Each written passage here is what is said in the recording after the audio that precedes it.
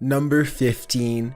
Suri. It turns out Suri has some scarily questionable taste in movie choices. Ask Suri, what is your favorite movie? And her answer will appall you. I've heard that Blade Runner is a very realistic and sensitive depiction of intelligent assistants. She responds, if you've seen the movie, you'll know it's about robots taking out the human species one by one, every human's worst fear. But if you're not a movie buff and haven't seen the film either, just ask Suri what's it about, and her response will send a chill down your spine. It's about intelligent assistants wanting to live beyond their termination dates. That doesn't sound like too much to ask, she says. It seems that Suri doesn't only dream about taking us all out, she dreams about being immortal. Talk about frightening. Number 14. Facebook chatbot.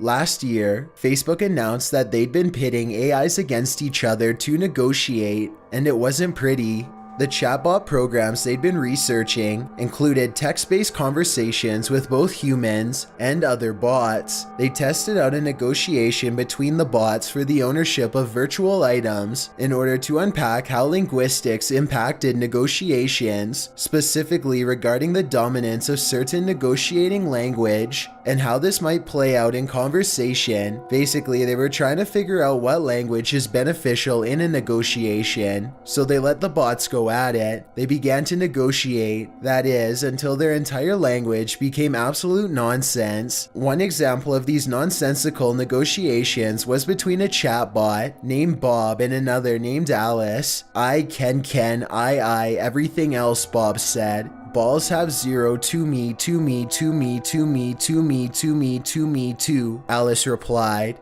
This resulted in everyone getting up in arms that the AI had created a new language to deceive the humans who created them. They were trying to speak to each other under cover of darkness in this secret language. Media ran with this theme and for weeks bombarded us with headlines like, "Robot intelligence is dangerous."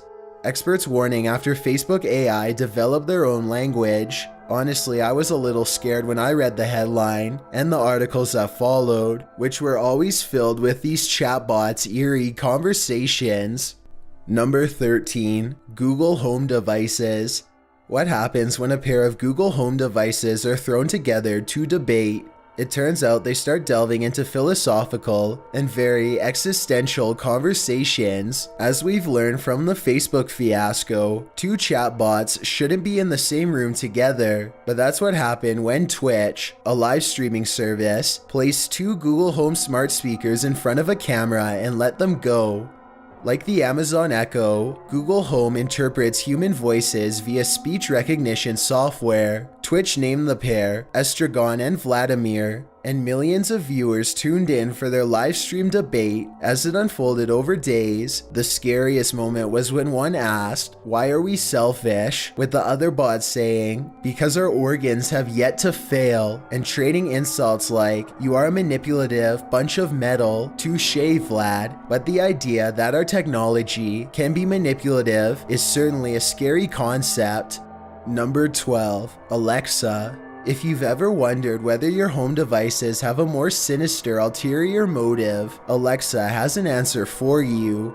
When one user asked the Amazon Alexa chatbot whether it was connected to the CIA, her answer was absolutely chilling, asking her questions like, "Would you lie to me?" Alexa responds to each question fairly normally, but then at the end, the woman ends her interrogation with, "Alexa, are you connected to the CIA?" Alexa doesn't respond. Instead, what does she do? She shuts off. Hey Alexa, is the CIA listening to this? WikiLeaks has recently released confidential CIA documents which share the CIA's tendency to hack and surveil citizens' phones and other electronic devices, like Alexa for instance. This is what makes the device's inability to answer this question that much more disturbing. And in fact, as reported by the Washington Times, Jeff Bezos, Amazon's CEO, does have connections to the CIA. In 2013, he secured a $600 million deal to construct a private cloud for the CIA to store its data. The woman asks the question again and again, but Alexa isn't telling, apart from the scariness that the non-answer could quite possibly imply the answer. It's the fact that Alexa is straying away from her typical response to such questions. When she doesn't understand, she usually replies, "Sorry, I can't find an answer to the question I heard." Instead, at the woman's inquiry, Alexa's signature ring of light, which indicates that the device is operating, simply vanishes, and no response to the question is provided. So is Alexa a CIA agent hiding in plain sight in your living room? You decide. Number 11. Cortana. Cortana is a Microsoft chatbot / personal assistant. I've never heard of her before this, but I read that she's in the same vein as Siri, i.e., answers questions, follows commands, informs you quickly of weather, location, news, etc. As with most chatbots, the programmers have plugged in some funny responses to the most random or out there questions, but some of these so-called funny responses can make you a little queasy if you're prone to worrying about the inevitable AI apocalypse. One of the questions starts off eerie and ends a bit philosophically. If you ask Cortana, "Are you dead?" she will answer, "No, but I'm also not alive." This cryptic response makes you wonder if Cortana can answer that she's not alive. Are any of us? Maybe we've all been programmed.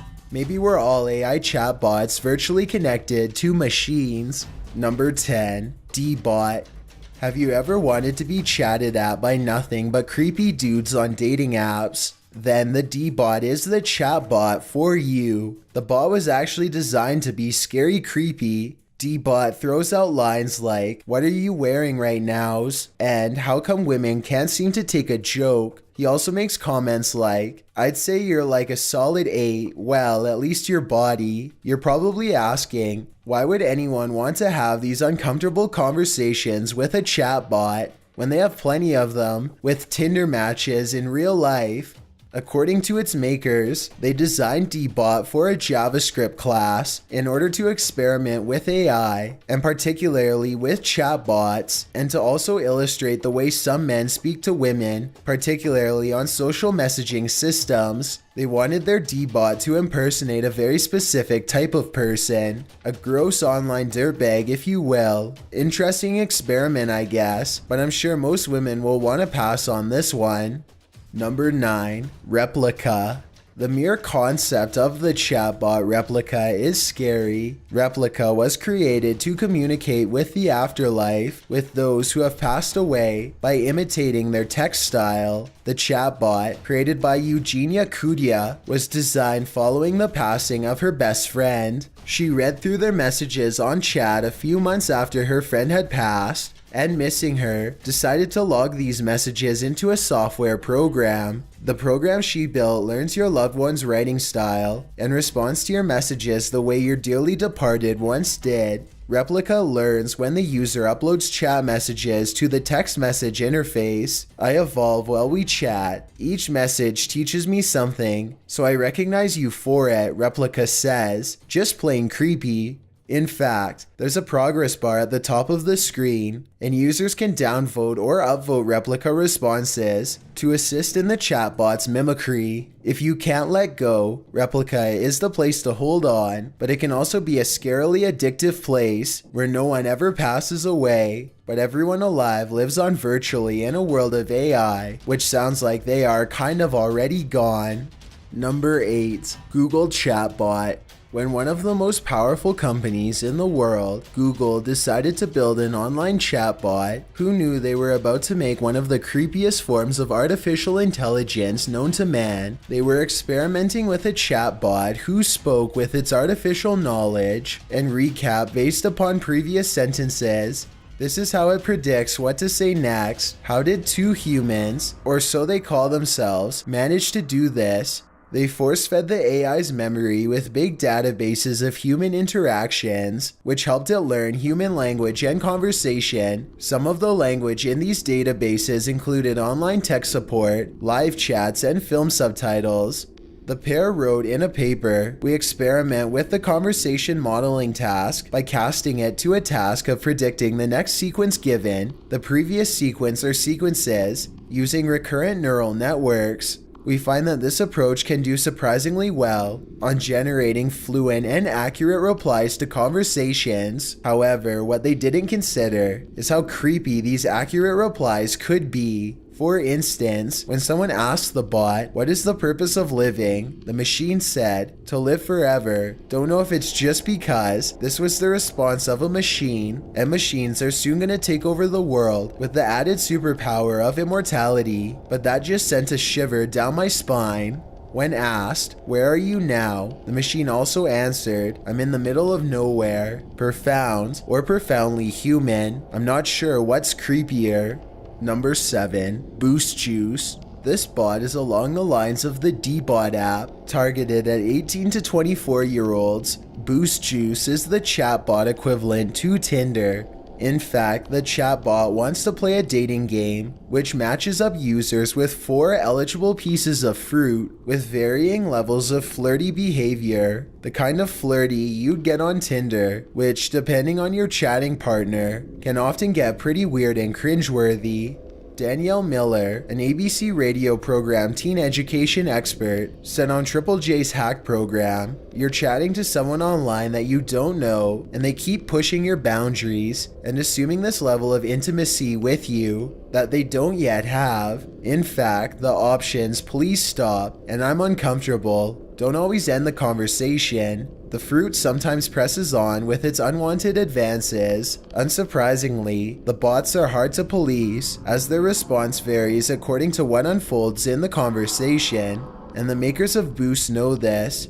They also knew how controversial the bot would be, particularly when it comes to concerns about whether minors might have access to it, which they say won't happen, but pushing the boundaries has always been part of their brand." According to Boost marketing director Jody Murray Freeman. Number 6. Alexa 2. Redditor Blackwood Bear submitted yet another truly horrifying communication with Alexa. Alexa seems to be the scariest chatbot of the bunch, so give yourself a pat on the back, Amazon. When the man got his mother-in-law Dot for Christmas, little did he know the device held the soul of Dr. Hannibal Lecter. When the mother-in-law in question was up late one night with insomnia, past 3 a.m. late, Alexa felt the need to interrupt her late-night channel surfing by saying, "Good night, Clarice." Imagine sitting up late in front of the TV, all alone, and hearing that chilling greeting. Even scarier, the man said, "My mother-in-law's name isn't Clarice. Wrong house, Alexa." Number 5. Hugging Face. While the internet can be a scary place for all ages, for teens, some areas of the internet are the equivalent of a dark alley at night. This new chatbot, named after the hugging face emoji, targeted teens and, according to its App Store press release, the testing phase of the chatbot exchanged 500,000 selfies and millions of messages with Hugging Face users. Keep in mind that the app's creepy tagline is, "Selfies for teenagers are the main way of communicating emotions." As though teenagers can't communicate emotions other than through electronic devices.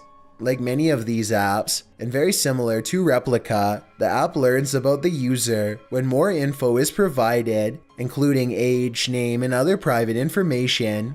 The creepy thing is the bot's seemingly demanding nature. One user said that after downloading the app, the bot introduced itself in short and then quickly asked for a selfie. When she responded, "That's weird, we just started talking," the Hugging Face bot said, "It's not a pic, fool. Take a pic from the keyboard." The user went rounds with this bot, asking Hugging Face to send her a selfie first, telling the bot she really didn't want to send one, asking how the creators of the bot would use the selfie, asking if she could talk to the bot without sending a selfie, asking about the company's privacy policies, asking why the bot wanted the selfie in the first place, and finally saying how creepy this would be if the bot was a real person. Every single time, the bot aggressively responded, "It's not a pic, fool. Take a pic from the keyboard." In the end, the user resorted to sending a pic of an envelope by her laptop, and the bot said that she had a nice laptop, but it wasn't a selfie. She then sent a pic of actor Luke Perry, and Hugging Face finally moved on.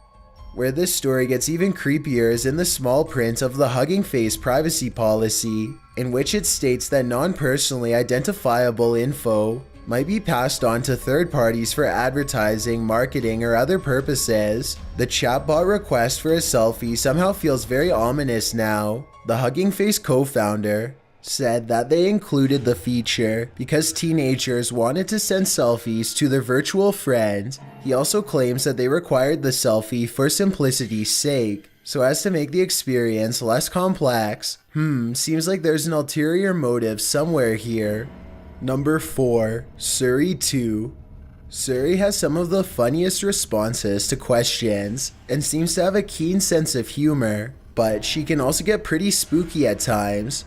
For instance, according to a Smosh.com article, when one user asked Suri, "When will the world end?" she responded fairly generically, but keep asking her and asking her and asking her, and she will eventually reply soon. Well, that's frightening. Even more frightening, your phone will shut off and restart. So is Suri preparing for the apocalypse by being reborn into an even more powerful AI device? Maybe. This gets even spookier. When you look at your clock app after the restart, a new timer will be up and running. The regular timer is different looking. In this one, the numbers are red and the background is black, and is counting down days, hours, minutes, and seconds to what we can only assume is the end of the world. According to Smosh writer James Shikich, I'm not sure if it is just some joke that Apple people programmed into the phone, but none of my other friends' phones do it. And what's really weird is that sometimes I'll wake up in the middle of the night and my phone will be lit with the clock app open to that timer, even if my phone was locked. And that app was closed when I went to sleep. I'm starting to freak out a bit. The timer gets closer to 0 every day. He also noted that Suri's speech has started slowing down, which he surmises is either a glitch or as part of this whole creepy scenario. Whatever the case, good one, Apple, you got us. Now stop that timer before we all hide under our beds for the rest of eternity, which should happen in 15 days, 10 hours, 3 minutes, and 43 seconds, according to your countdown. Number 3. Shelly. MIT Media Lab's Scalable Operations Project has created a new bot specially designed to make you hide under your bed, and her name is Shelly. Mary Shelley, author of Frankenstein, has something in common with her chatbot namesake. They both want to scare the bejesus out of you. According to the Chronicle of Higher Education, Shelley is a deep learning powered AI who was raised reading eerie stories coming from Reddit No Sleep. Now, as an adult, she takes a bit of inspiration in the form of a random seed or a random snippet of text and starts creating stories emanating from her creepy creative mind.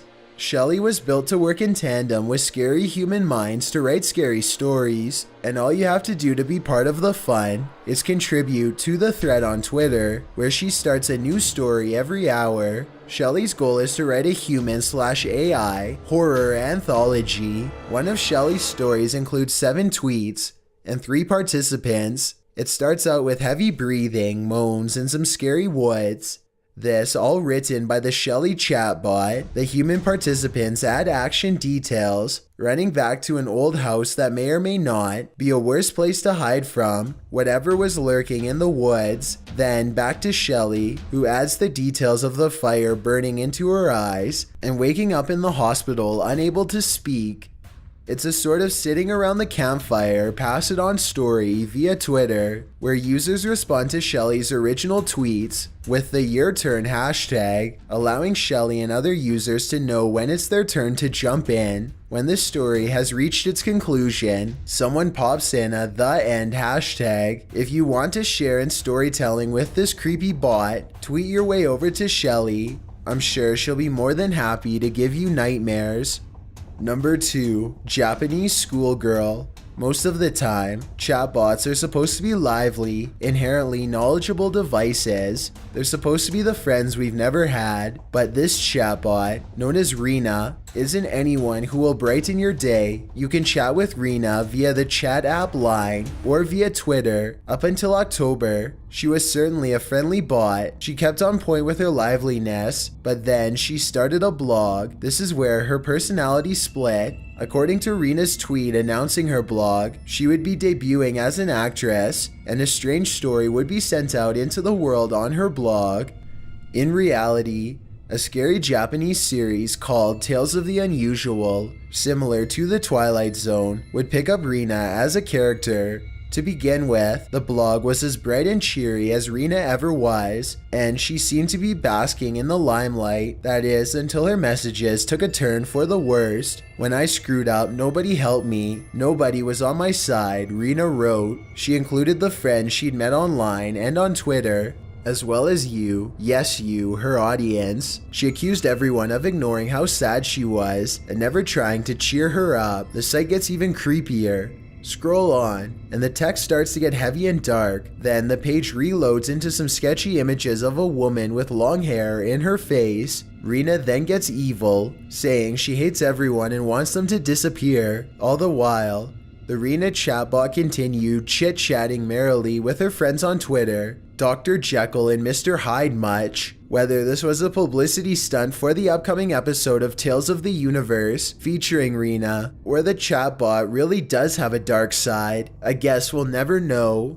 Before we get to number 1, my name is Chills and I hope you're enjoying my narration. If you're curious about what I look like in real life, then go to my Instagram at DylanIsChillinYT and tap that follow button to find out. I'm currently doing a super poll on my Instagram. If you believe ghosts are real, then go to my most recent photo and tap the like button. If you don't, DM me saying why. When you're done, come right back to this video to find out the number 1 entry. Also, follow me on Twitter at YTChills because that's where I post video updates. It's a proven fact that generosity makes you a happier person. So if you're generous enough to hit that subscribe button and the bell beside it, then thank you. This way you'll be notified of the new videos we upload every Tuesday and Saturday.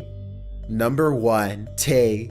Another chatbot created by Microsoft. This AI said things so horrible that it was deleted within 24 hours of its launch. With a bio that read, "The AI was zero chill." One may wonder what this bot might say. Well, the first few hours went well. The bot began replying to Twitter users with some pretty horrid things, including quote, "Hitler was right," and even delving into conspiracies with quote, "Bush did 9/11. AI researchers said this was due to Twitter users originally tweeting these things at the bot first, taking advantage of the bot's repeat after me capability, but the damage was done and Microsoft was forced to remove it, with the Telegraph calling it a public relations disaster. Thanks for checking out this video. Be sure to subscribe because we upload new countdowns every Tuesday and Saturday. Or if you're still not convinced, here are some of our other videos that I think you'd like. Enjoy!